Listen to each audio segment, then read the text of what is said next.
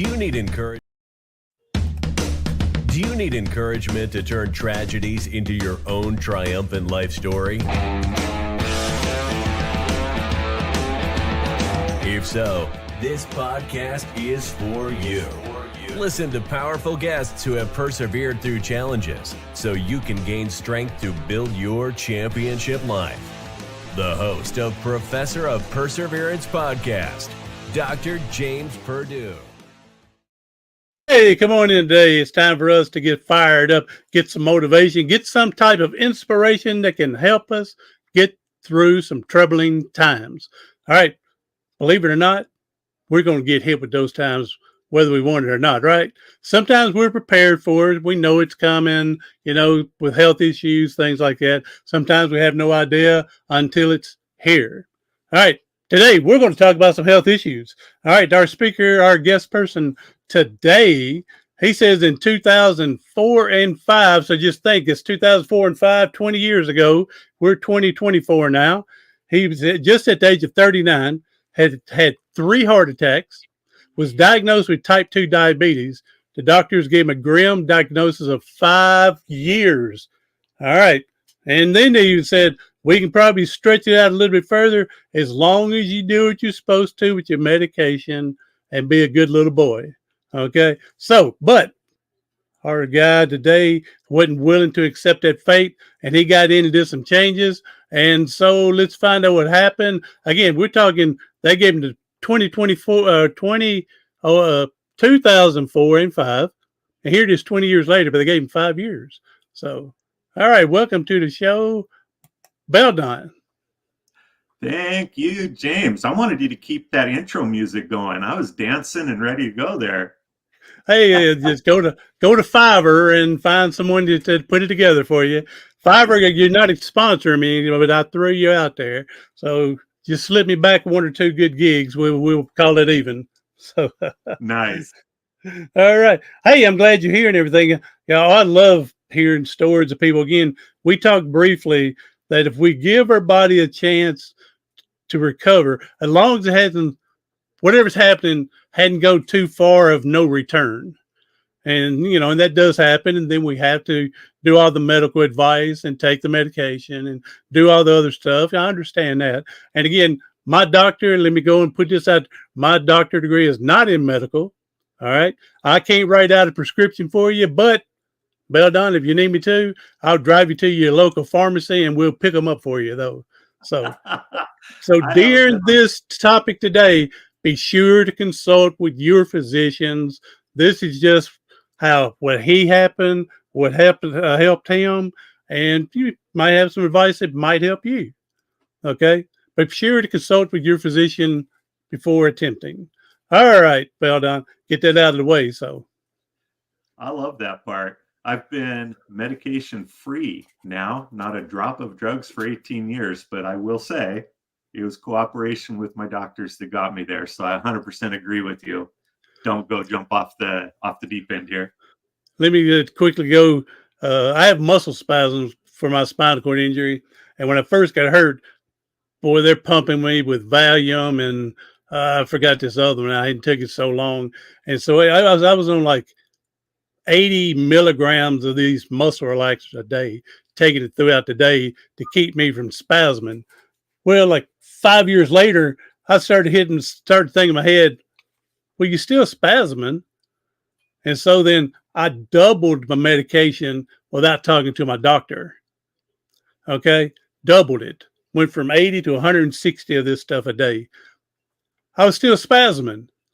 So then I started thinking, well, what the hell am I taking it if I'm spasming and I doubled it? So then dumb me, and I didn't do this with my doctor, just dumb me. That's why you should check with your physician. Dumb me, I went cold turkey. Dropped it all of it, just said, well, if I'm going to have spasms, I ain't paying to keep taking this medicine. It's not good for my body. So I stopped it.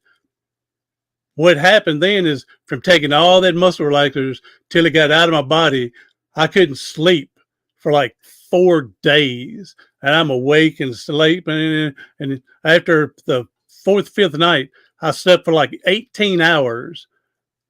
Now I've been off that medication ever since. Wow. Now I still have muscle spasms, but it's nothing. It's not like it's flipping me out of my chair. It's not like it's throwing me halfway across the room. I just learned to deal with it.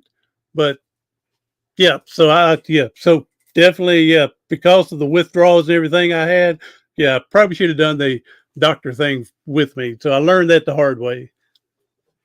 Yeah, we'll talk about medicines a little while from now, but the fact of the matter is nobody tells you a medicine's going to cure you. A medicine manages you. Yes, So it yes, doesn't make the problems go away. It just makes them hurt less. that's right.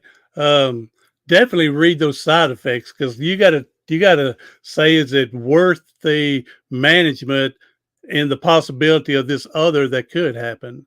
So definitely read those side effects. Amen. All right, so let's get one with you. 3 heart attacks. Was this all in like 1 year? This is Different time in your lives that you had one, then maybe 2 years later, another one, and then, of course, type 2 diabetes. Yeah, this was actually across the span of 2 years between Okay. my 39th and 40th years. And the first one was a surprise. Now, if you've ever had one of these, you get all kinds of counsel about how serious you have to take it, because your chances of surviving the second one go down substantially. And after the second one, I was informed that I better not have another one of these. But I've been a rebel from birth, so I figured I just had to push the limits and see if I could take There it. you go. So, That's right. of course, I went and did it. And here I am. But it was an interesting journey through all of this, because I wasn't the person to go see the doctor for my first 30 years. It's just, I wasn't. I didn't like them, didn't like going, didn't like needles, didn't like whatever. Right. So I didn't go. I knew I was gaining weight, but I was doing okay. Right. I was mobile. I was getting to work. I was getting my job done. The few times I did go to the doctor, they generally said, you need to lose some weight, but otherwise, you're doing okay. And the last time I did go to a doctor was actually 6 weeks before my first heart attack, where they said, you know what, your blood pressure is a little bit high, but you're getting older and you're getting this and you're getting that. So this is normal. This is what we see. 6 weeks later, I woke up on my kitchen floor staring at the underbelly of my toe kicks on my counter. And I Hmm. didn't even know what happened. It's like I was so disoriented when I woke up, didn't know how I got there. I did have a sense that something was really, really wrong. The Yeah. people around me seemed to be acting kind of weird. And as my head started to clear, I realized I was the thing that was wrong, and went to the ER, and it was there. I got diagnosed with type 2 and everything else that was going wrong with me. But there was an interesting journey through these 3 heart attacks, because I was 39 years old when the first one hit, James. I was not ready to die. Some people get into their 60s, 70s, they expect it, so they just resign themselves to it. I was not anywhere near resigning myself to it. Had a young wife, kids. I just, so when my doctor told me, take these drugs, do these exercises, eat this food, and he assigned me to a nutritionist, I took all of that really, really seriously. I was committed. I was dedicated. I did the work. And in fact, on the exercise side, I did more than the work. More Like I is say, better. you probably overachieved on there. Oh, definitely. And it was just a few months later, here I am with my second one. And it woke me up to an idea, because doing all the stuff I was supposed to do obviously wasn't getting me better. So it woke me up to an idea that drugs are, like we mentioned earlier, that the doctor doesn't say they're going to heal you. The doctor is telling you that they're going to manage you, they're going to give you more time. They told me once I had an event like this, my disease was going to be progressive. The medicines would give me more time and whatnot, but that just wasn't good enough. But I've always had this thought in my mind that the body is a miraculous thing. I just didn't go far enough down that rabbit hole. Now it was time to go down that rabbit hole. And there's some things I consciously chose not to do when I started diving into things. One is I consciously decided not to study nutrition. And the reason I say that is because the nutritionist I was assigned to was herself an overweight diabetic. And I didn't want that. That's what I'm trying to get rid of. And I was given all the other things to do, and the drugs, they weren't working. I didn't want to study medicine. These weren't the things I wanted. But I didn't know what I did want either. So the engineer in me, I spent my first 25 years as a home builder. The engineer in me just had this kind of crazy thought one day, and that's if I could figure out how this worked, if I could figure out how the body worked, maybe there was a way I could work with it. And so I made it my mission to learn health at its core. How do cells work? I wanted to know everything about how cells work. And I've been studying this for 20 years now. And there's a lot I have left to learn. I mean, there's way more that I don't know than what I do. But I will say this, what I learned in my first 6 months blew my mind, because everything that we've learned about how we work and what we're supposed to do is wrong. When I learned how cells work, how energy works, and how the body has this incredible system to heal itself, it really took me back. And a great example of this, when I say this and people are like, what do you mean heal yourself? What does that even mean? If you break a bone and you go into the doctor, does he heal your bone? No. He sets it straight, he puts it in a cast, and your body heals that bone back together. Your body is designed to heal itself. So the question became, what do I need to give my body to support that process? Now, remember, I came from a building background. If I'm going to build a house, somebody has to give me the right materials to build it. If they bring me a bunch of sticks and stones and garbage, I'm not going to be able to build their house. If they bring me a bunch of garbage wood full of rot and worms, I can build their house, but it's going to be crappy and fall down, right? And I started applying the same logic to my body. The food that we eat is literally what breaks down and rebuilds into the cells of our body. It is the raw materials. How do I give my body the raw materials it needs? And that was the beginning of getting on the right track. Now, when I first did this, I came up with this really complicated plan. There you go. My body needs this much of this material, this much of this material. I need those amino acids. I need these nutrients. I need this and this and this.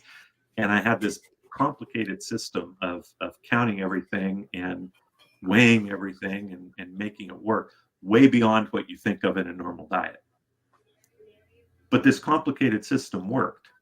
I turned around type 2 diabetes in 3.5 months. I dropped 105 pounds in 5.5 months, and I reversed heart disease in just under 2 years' time. When my doctor took me off the last medication, it was funny, because he told me, he's like, Belldon, I don't want to take you off of this one because I don't trust what you did.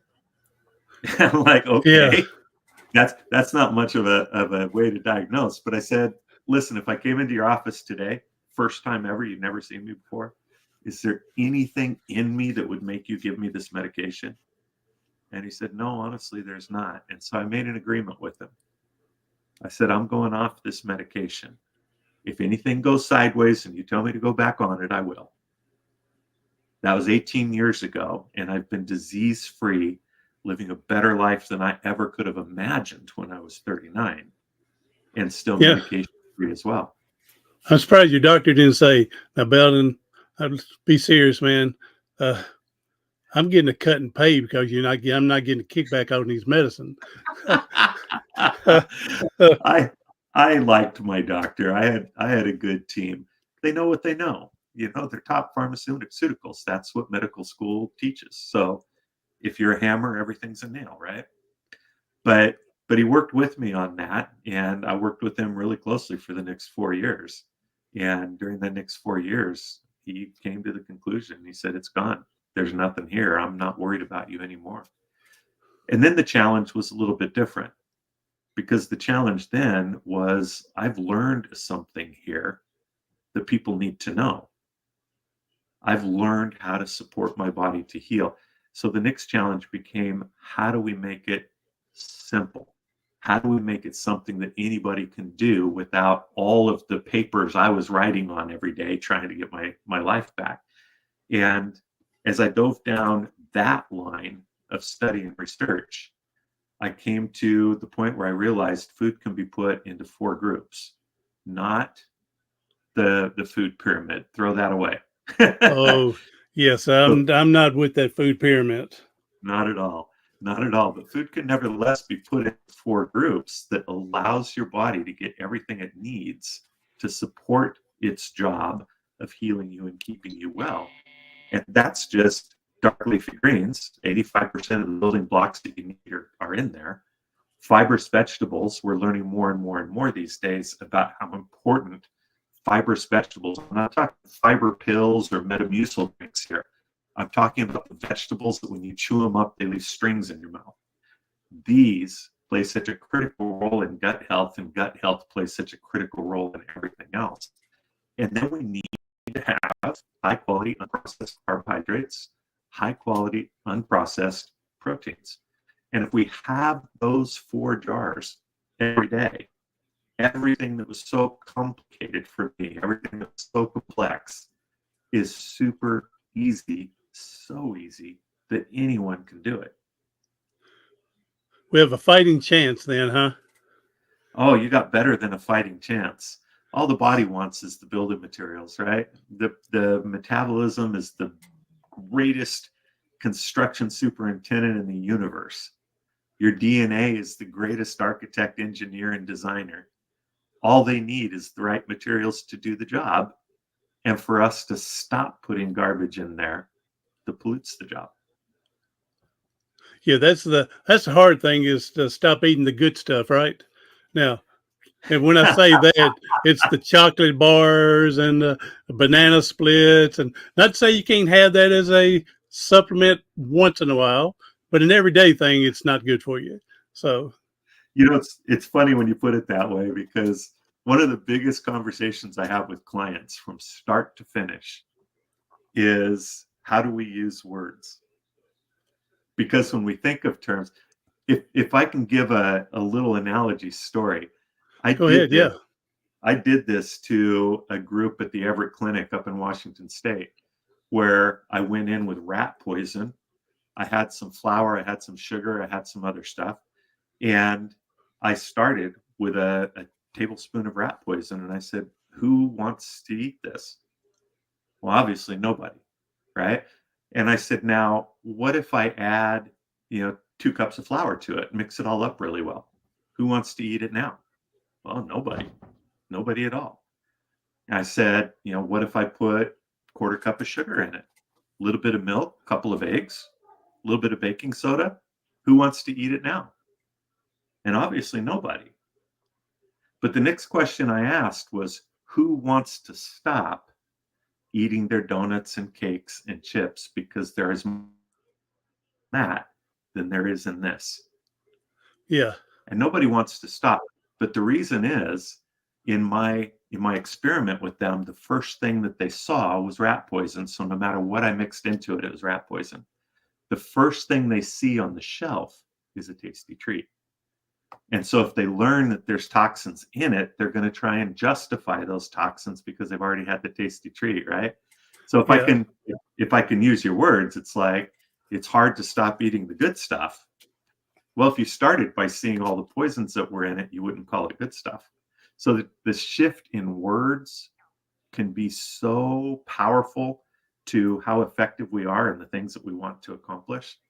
And this is actually what I learned over the course of the last 18 years, is there is a food plan that works, and it will work for everyone as long as they're not so far down the path that there is no return. Yeah. And there is a point of no return with disease. But as long as you haven't crossed that path of no return, and guys, I had 3 heart attacks and I was not past the point of no return, obviously. So the body is much more resilient than we think it is. And if we're not past that point of no return, there is a food plan that is the human diet and gives your body what it needs, and you can come back from it. The thing that people fail on isn't the food. The thing that people fail on is the emotional connections to food. and running to the things that harm our body every time we're stressed or depressed or are upset. And that's what I've spent the last 18 years learning to do, is learning to help people simply and easily overcome the emotional eating and the overwhelm so that they can do what they need to do with food and see food as nourishment first, and have a fighting chance emotionally of being able to get to that point. And you mentioned this kind of here. So how do you stay disciplined for 18 years other than say, I don't want another heart attack. I don't want to die right now? Because you know how we are. We get bored with the routine. We get bored with what's going on. We want to sample the other stuff. Oh, if I do it now once, it's not going to hurt me. Well, now if I do it every other week, it ain't. Now if I do it every other day, we revert back to that. So how did you stay disciplined through all this? So there's the way I started and there's the way I do it now, okay? Because the farther you go down this road, the easier it gets. So what I do now and what I had to do when I started aren't the same thing. So instead of telling you what I do, I'll tell you what I did in the beginning. Mm-hmm. I used my words in a vigorously honest way. And what I mean by that is I didn't allow myself to justify. So let me give an example. And I use this example with myself a lot. If you walk up to the edge of the Grand Canyon there on the South Rim where it's a mile straight down, are you going to step off and think you can float? No, not at all. That would be ridiculous. Not today. Yeah, not today. Now, what if I stood respectably back from the edge of the Grand Canyon from Sunday through Friday? But Saturday's my cheat day. So Saturday, I'm going to go ahead and step off and I'm going to float, right? Well, of course not. Yeah, I get you. What if I just stepped off in moderation, just a little bit and not too often? Well, I'm still going to fall and I'm going to die. Gravity is a physical law and it's not forgiving. It doesn't care what we think about it or how we feel about it. It just is. And we know that, so we step a respectable distance back from the edge of the Grand Canyon just to make sure that a gust of wind doesn't blow us over and we don't step on loose gravel. We take the extra step. Well, what's our body run by? Our body is run by chemistry, and chemistry is every bit as exacting as gravity is. We might not feel it as fast, but look at what's happening to the state of the health of our nation. 50% of people are going to have some form of diabetes by next year. 50%. 7 out of 10 are going to suffer cancer before they die. 4 of those are going to die from it. The incidence of childhood obesity is exploding. The laws of chemistry are every bit as exacting as the laws of gravity. So I can't justify myself with cheat days. I can't justify myself I get you. with everything is okay in moderation. And so I used this kind of language with myself in the beginning just to force my mind to see things as they really were. And stop trying to pretend that there's something they're not. And that helped in the beginning. Now, as I went on, I came to an understanding that serves me today. And that's that the trick to this game is to want what's best for our body. Because if I want what's best for my body, then I can have exactly what I want every single day.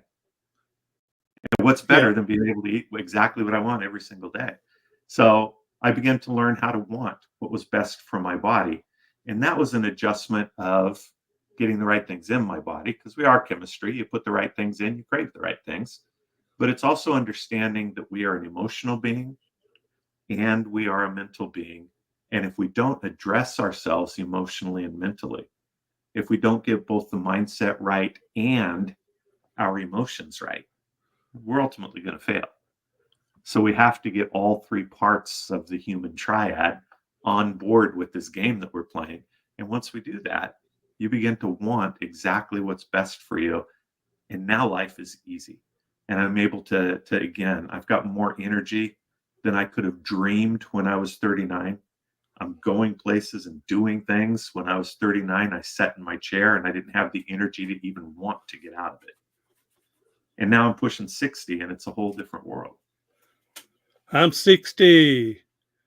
Woo! Nobody ever think I'd make it because I had my spinal cord. I got my neck broke playing football, and the experts, science people, doctors said I'd be lucky to make it to 42. Is what they told. Said that was the average. So I've made it way past that. So I'm again one of them. My biggest thing for me, since I can only move my arms really, is I go and push my wheelchair and try to push a mile at a time and do it. I need to do it more than 2 or 3 times a week, but you got to let muscles, heal up from where we broke them down from exercising, and letting them. So making excuses there.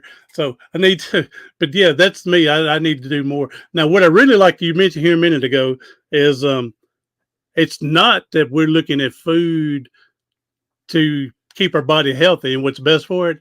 It's also we mentally have got to be stronger if we have a day we're depressed, a day of how many people and I'm glad this is not me. And I hate it for anybody who has it. The low self-esteem where they've been beat down by this world and beat down by the people they hang around with. And, where they have to consciously get out of that and then not fall into the, like you said, with the emotional eating, oh, the world's beat me down again. Let me eat this pumpkin pie since it is Halloween coming up, so yeah, it's not just physically the body, it's mentally being strong and dedicated as well. Yeah, you've got to have the mental and the emotional pieces in play. A great place for people to start with, though, James, is to understand that it's not their fault that they have this emotional push to food. This is something called classical conditioning. You may have heard of Ivan Pavlov and Pavlov's dogs. Oh, yes. He accidentally discovered, this is actually a fascinating story because he wasn't out to study classical conditioning. He was a physiologist. He was studying digestion. He accidentally found out that he could make his dogs ravenously hungry by ringing a bell, if that bell could be associated with the delivery of food.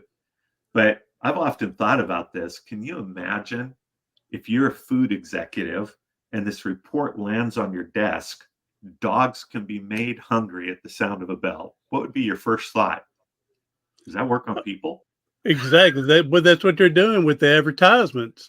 With the different coloring of the bag that the food is in, that may stimulate your thoughts of eating more. Oh, hey, they've done this research, I'm sure.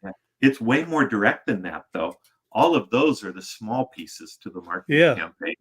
The big piece is classical conditioning. You can use 3 things to effectively condition people to want anything that you want them to want, as long as they don't know what you're doing. If they know what you're doing, this doesn't work. So awareness is the first piece. But places, locations, you can connect a location to food. There's a reason that if you walk into a packed out stadium and ask everybody, what do you eat when you go to a movie? 80% of them are going to say popcorn and soda. And it's not because that's the best food there. It's because they've been conditioned to get that there. What do you have? My brother, boy, he has to have a little bit of popcorn with his butter. Oh yeah, I hear knows a little bit of popcorn with the butter. I mean, he floods it. Good gracious. Yeah, I know what you're saying, but you're conditioned to it. What do you go to watch a movie? Hey, I got to get that Coke and popcorn while we're watching it. Yeah, we're conditioned to that. Yeah, you're right. Yeah. But here's the funny thing. You know where else they sell popcorn? Ballparks. But nobody wants popcorn at a ballpark. They want the hot dog. Yeah. So the popcorn is there, but see, they're not hungry for popcorn. It's a different arrangement. Different conditioning. Right. Right. Different conditioning. Hey, you seen this newest commercial? I don't even know who's putting it out. I guess it's through the NFL, but it's Matthew McConaughey sitting there talking to McCartney from the 49ers. He's injured right now, the running back. And he's hungry watching the game. That's what they do. They get you to eat while they're, and he's going, what are you talking about? And then Jerry Rice comes in over there. He said, Jerry, what you eating over there? Rice? See what I told you. So, and he's talking, so they're talking about this conditioning on eating while you're watching the football game. 100%. 100%. But you know what food companies found out works the best? You can use locations, you can use events, weddings, whatnot. But the thing that worked the best, and food companies found this out in the 1950s, what works the best is emotional connections. If they could tie a negative emotional trigger, this doesn't work when you're happy and feeling silly. Nobody runs to the refrigerator and eats until they're stuffed when they're happy. You do this with negative emotions. Negative emotions tied to food. So in the 1970s, a new phrase came up that we'd never heard before. That phrase was comfort food. We think we've had comfort food forever. No, comfort food is part of the conditioning process. In 1973, in a food commercial, comfort food was attached to a cookie brand. And comfort food has grown into the thing everybody thinks they're going to. And people think we've been doing this since the beginning of humanity. No, this is a brand new thing. Yeah. So the negative emotional connection is the one that we have to be aware of. See what they're doing, because I promise you, I was watching a Jennifer Love Hewitt show the other day. It's an older show, but her friend had a miscarriage. So what did her friend do? She was sad. She was depressed. She went straight to the freezer, got a half-gallon jug, not a bowl, a half-gallon jug and a shovel, and came back and sat on the couch and started eating it. And Jennifer Love Hewitt's character walked in, and she saw her friend sitting here suffering. You know what she did? She didn't grab a spoon and share it. She went straight to the freezer, got her own half-gallon tub of ice cream and a shovel. And now the two of them are sitting on the couch eating. But this is the way that we're conditioned to do it. We see emotions tied to harmful foods in the TV shows we watch, the movies we see, the books we read, even on billboards driving down the highway. You see negative emotions tied to food constantly. You got to be aware of that, because that's how you're being manipulated to do this. All right, let me go back here now. You'd mentioned earlier about being married, had children, and so once you got on your journey figuring things out, did they jump on board with you to make life easier for everybody, and then they strayed away because you became so I don't know what we just you just I can't think of the word I'm thinking of, that you're so consumed into it, and they diverted back off and did their own thing. But so did everybody jump in to make it easier for Dad, or were you on your own and they're just doing their own thing? Isn't that the way it always works? Everybody just jumps right on board and helps you no matter what. Well, see, the reason I'm saying is I remember my dad had a heart attack, and next thing you know, here I am at 12 years old. They're taking my salt away from me and give me the old no salt thing, and eating all his stuff, that we all were changing. And of course, at kids, 12 years old, you're not wanting to lose your ice cream and lose your baked potatoes, and so that's why I was wondering, because we incorporated at that time because my dad. So I was wondering, did all of y'all jump in? They jump in with you, and did they stay with you? Did they verge out and do their own thing, or they're off and on? So for my wife at the time and the kids, it was a different story. So I'll take my wife first. My wife was supportive in every way except for the food in the house. And I told her, I didn't ask because I was going to die if I didn't make major changes. But we talked about, and I said, there are certain things I need to get out of the house because I'm not strong enough. And at that time I wasn't. Yes. I am now, but at that time I wasn't. I'm not strong enough to avoid it if it's in here. It's got to go. And so I cleaned out the house of those particular things. They were back the very next day. And when I confronted her with this, and this is where all of our emotions and psychology create such this weird net in our relationships. Oh, yeah. After this happened, I said, what are you doing? I can't have this stuff in the house. I can't resist it. And her response to me was, well, if you really loved me, you wouldn't care if I was fat. Oh, And I'm like, okay. wow, that's not Okay. the issue at all, right? But the Yeah. thing is, the reason that we have that kind of challenges in our closest relationships is because we each have our own background. We've each taken our own path. We each have our own baggage. And it's really, really difficult to let go of our own baggage to support someone else's. Yeah. So whether the differences are as wide as that different was, and understand, I loved this woman to death. I still do. But this was a major difference in our backgrounds and our upbringing. So we have to understand, first of all, that that person is going through their own thing, and it Mm-hmm. may or may not be easy for them to understand our thing at that point in time. So there is a lot to work out there. I'm not going to lie. And I had to learn to be steadfast. That's where I started using language that didn't allow me to make justifications. I just told myself I'm going to be honest about everything. If I go off the deep end, I'm going to be honest that I went off the deep end. I'm not going to try and justify it, right? And change things this way. With the kids, it was a little different. And for those of you listening to this that have kids, kids are easy. I made agreements with my kids. Now, I'm not saying this happened fast. I don't mean to say that. I made agreements with my kids, and I said, here's what we're going to do. This is what I'm going to cook, which means it's pretty much what you're going to eat, right? Yeah. So I said, I'm going to decide what goes on the table and when. You can decide what of that you want to eat and how much. So in the beginning, I'd put on leafy greens and fibrous vegetables. Guess what they didn't eat? Instead, they ate a lot of the proteins and carbs. And that's okay. That's the agreement that we made. The second part of the agreement was this. On Friday, you can have a treat of your choice, whatever it is. I don't even care. It can be the nastiest thing in the world because you want to just show me that you're going to eat a nasty thing. But you can only eat it if you have all 4 of these food categories for dinner on Friday. Okay. And then you do that and you can have as much of it as you want. So in the beginning, during the week, they ate all the proteins and carbs, nothing else. On Friday, they choked down their vegetables, and then they'd go and they'd pig out on whatever it was they chose. But in a very short amount of time, something funny happened. You see, if you're giving your body what it needs, your body stops being hungry all the time. It has what it needs. It doesn't need to be hungry. So they were eating less and less and less of the junk. And of course, they couldn't get me rattled by the junk. I wasn't overreacting to them, so that wasn't any fun.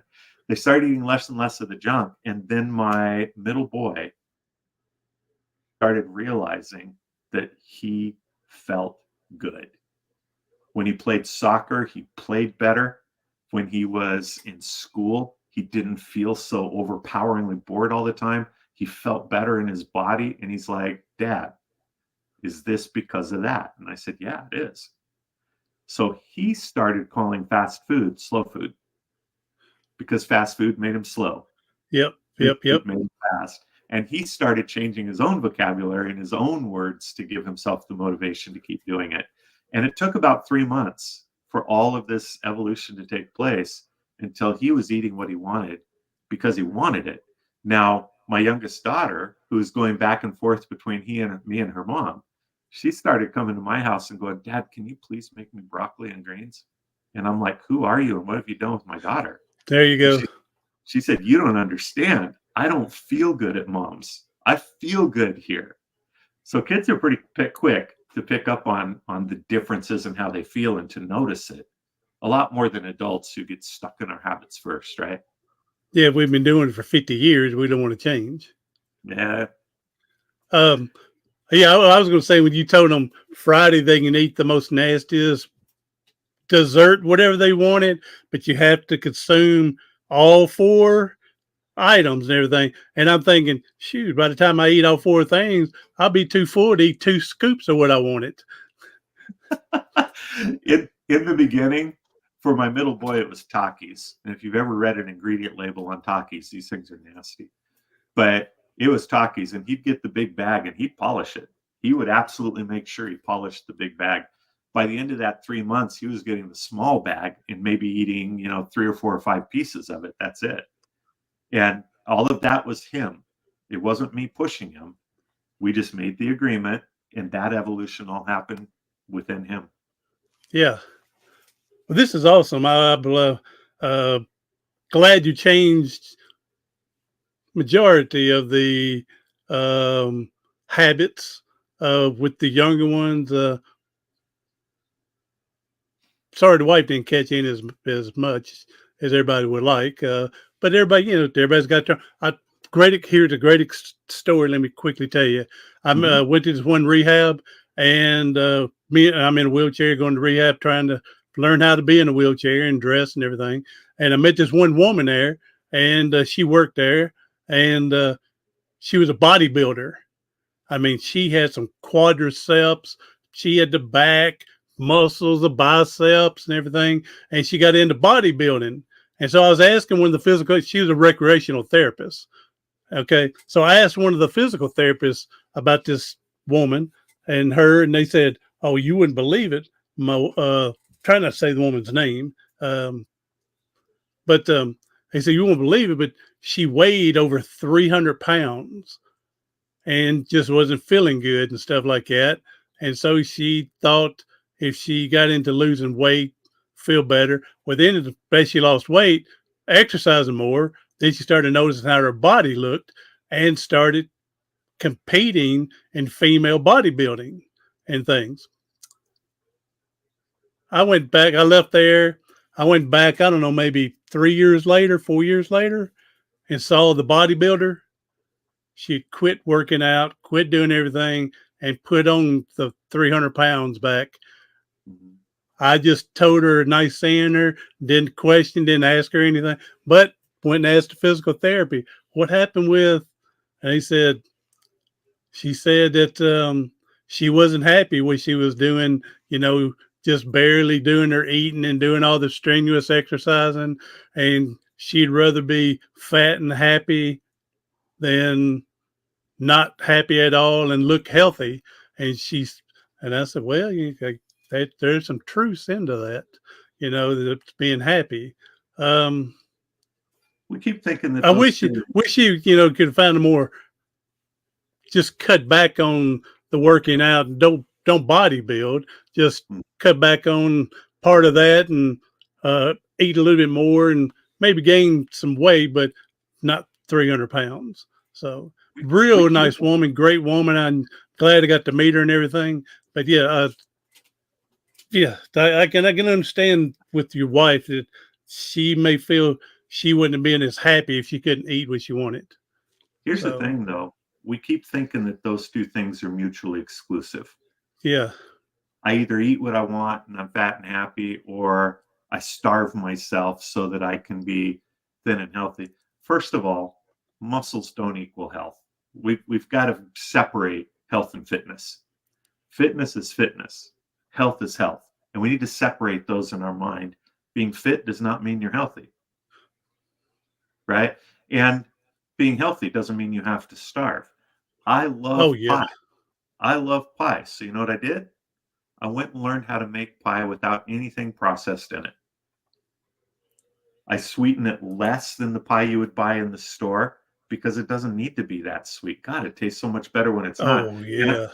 And I don't say better because I'm doing this. I'm saying better because I have somebody in the house right now that's saying, I haven't had your pie for a year. Would you make me one? It's so good.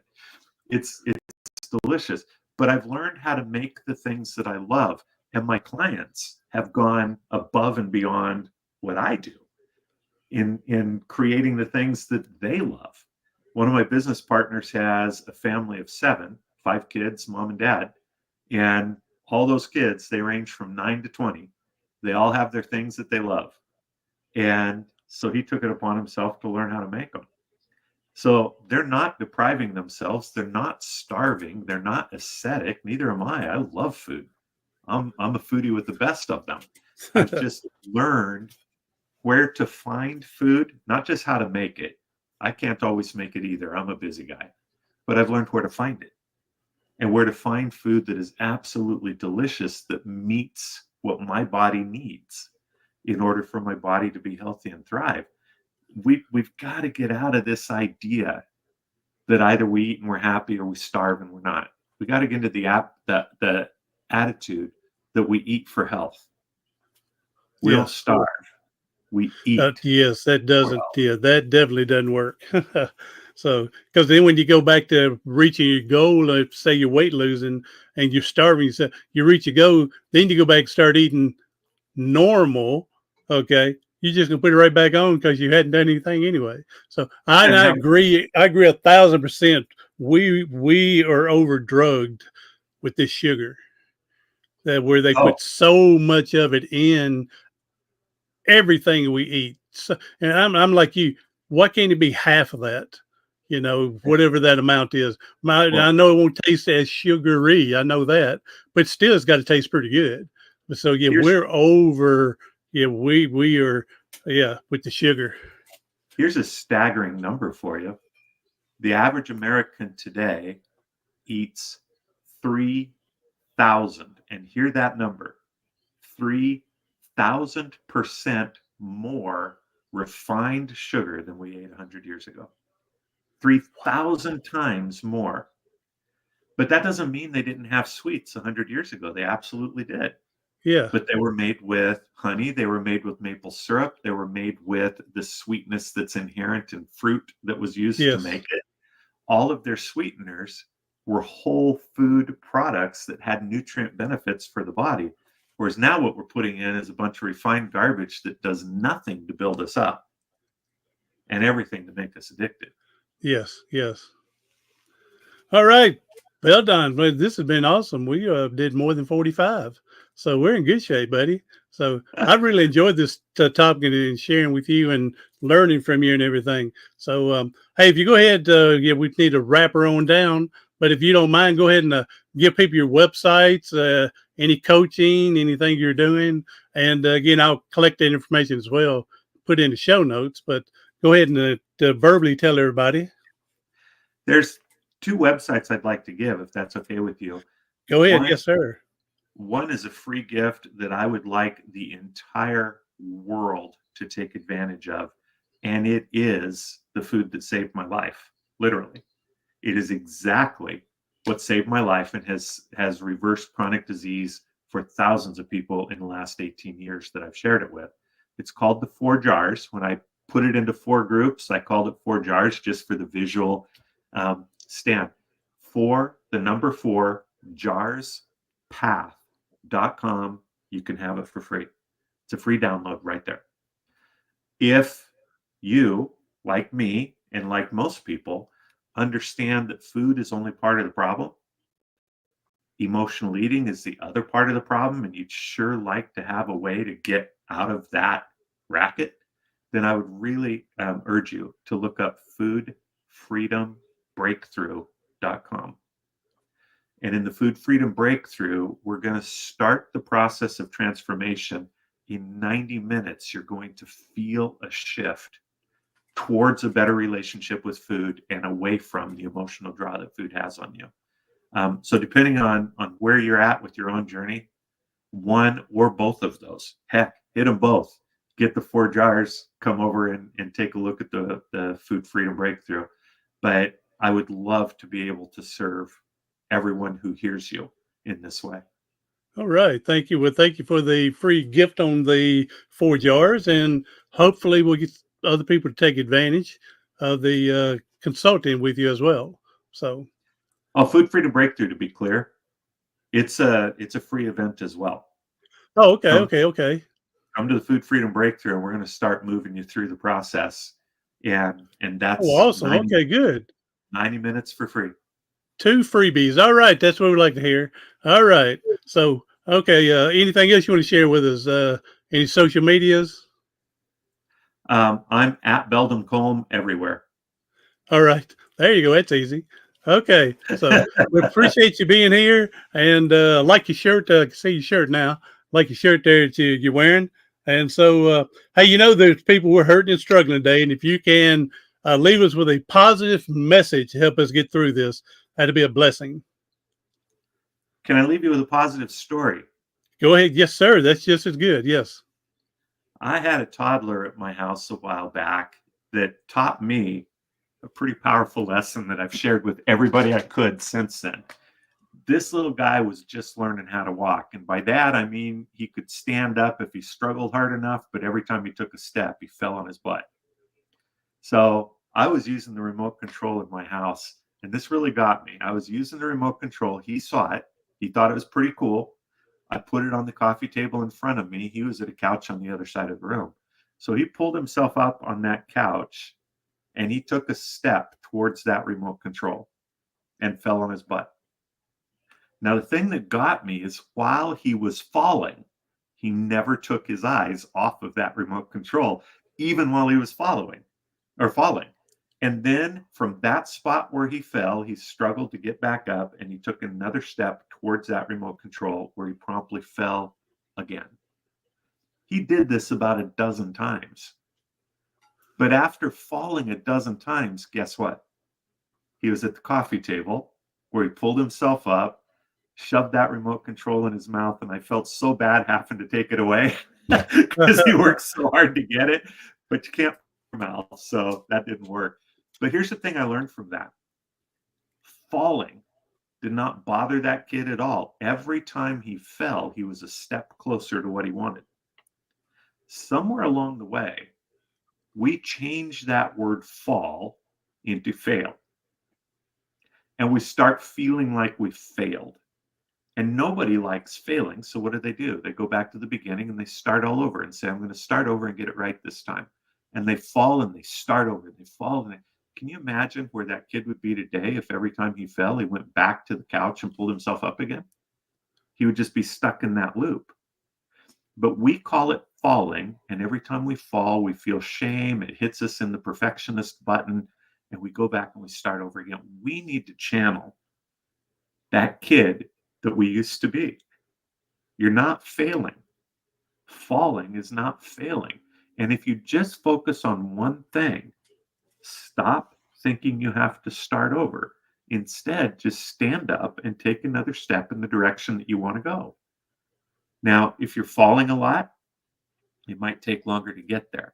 But like that kid taught me, you are going to get there.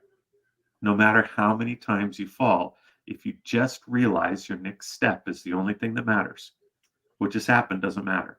That next step does. And if you can just remember that, one step at a time, you will conquer mountains. You will do anything in this world that you want to do.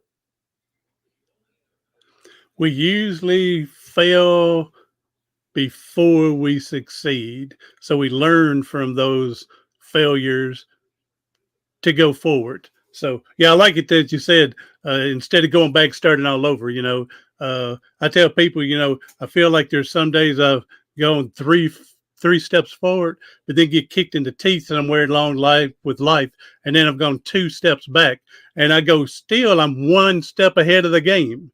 So yeah, I'm like you, don't go back, start over, just reinvent, continue, move forward, and then go from there. I had a mentor some time ago tell me, he said, the ocean is always making progress no matter which way the tide is going. There you go. I like it. That sounds like something like a Bruce Lee would say, something like that. So, all right, Don, I appreciate you being here, buddy.